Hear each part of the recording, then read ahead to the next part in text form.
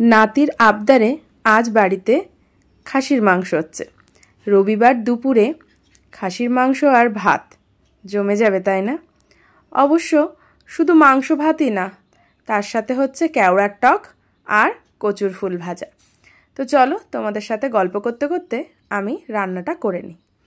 এর আগেও অনেকবার মাটন রান্নার ভিডিও আমি আমার চ্যানেলে পোস্ট করেছিলাম। তো আজকেও রান্না করতে করতে হঠাৎ মনে হলো যে আজকেও একটু ভিডিও করে পোস্ট করি, তাই শুরু করে দিলাম ভিডিও করা। আলুগুলো আমার এখানে ভাজা হয়ে গেছে। মাংসের আলু আমার জন্য একটু লাল লাল করে ভাজলেই ঝোলের মধ্যে দেওয়ার পরেও খেতে ভালো লাগে। সেই জন্য একদম লাল লাল করে ব্রাউন করে আলুগুলো কড়া করে ভেজে নিয়েছি। তারপর মশলাপাতিতে যা থাকে, গোটা গরম মশলা, শুকনো লঙ্কা, জিরে, তেজপাতা এগুলো ফোড়ন দিয়ে তারপর আমি রসুন ফোড়ন দিয়েছি। রসুনটা একটু থেতো মতন করে নিয়েছি। তারপর রসুনটা ভাজা ভাজা হয়ে গেলে পেঁয়াজ, টমেটো, আদা বাটা সমস্ত সব দিয়ে ভালোভাবে ভাজা ভাজা করে কাঁচা গন্ধ চলে যাওয়া পর্যন্ত রান্না করে তারপর তাতে দিয়েছিলাম হলুদ গুঁড়ো আর লাল লঙ্কা গুঁড়ো। এই লঙ্কা গুঁড়োটা আমরা বাড়িতে বানাই। শুকনো লঙ্কা কিনে এনে রোদে দিয়ে মিক্সিতে গুঁড়ো করে রেখে দিই, বেশ ঝাল হয়। আমরা খুব একটা কাশ্মীরি লাল লঙ্কা গুঁড়োটা খাই না, তাতে কালার হবে না হয় না হবে, যাই হোক।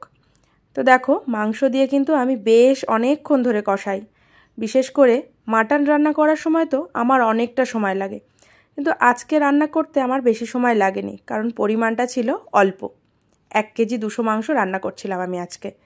তো তবুও একটু ঢেকে ঢেকে কম আঁচে রান্না করলে কিন্তু রান্নাটা খুব টেস্ট হয়, আর মশলাগুলো বা লবণ ঝাল সেগুলো মাংসের মধ্যে ভালোভাবে মিশে যায়। প্রথমে মাংসটা দিয়ে একটু হাই ফ্লেমে কষিয়ে নিয়ে তারপর কিন্তু আমি ঢাকা চাপা দিয়ে দিয়ে রান্না করি। তো এখানে আমি রান্নায় যেহেতু সব রান্নাতেই গরম জল ব্যবহার করি, ভালোভাবে কষিয়ে নিয়ে আমি কিন্তু গরম জল দিয়ে ফুটিয়ে নেব। হাফ সিদ্ধ পর্যন্ত আমি কষাই, তারপর আলু দিয়ে কষিয়ে নিয়ে জল ঢেলে দিই। এখানে জল দিয়ে আমার ফুটে উঠেছে। চর্বিগুলো ছিল সেগুলো আমি জল ঢালার একটু আগে দিই। আর একটা রসুন দিয়েছি আমার বরের জন্য। মাংসের সাথে গোটা রসুন একটু মেখে খেলে কিন্তু সত্যি ভালো লাগে। ওর পাতে থাকে, আমি ওখান থেকে একটু নিয়ে টেস্ট করি। তো যাই হোক, রান্নাটা কিন্তু আমার কথা বলতে বলতে কমপ্লিট হয়ে গেছে। দেখতে কেমন হয়েছে অবশ্যই কিন্তু জানিও।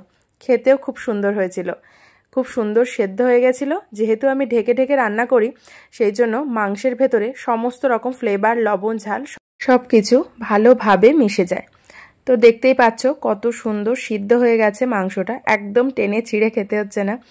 তো আজকের ভিডিওটা এটুকুই, তোমাদের সাথে শেয়ার করে ভালো লাগে। তো তোমরাও সবাই খুব ভালো থেকো, সুস্থ থেকো। আজকে এই পর্যন্ত।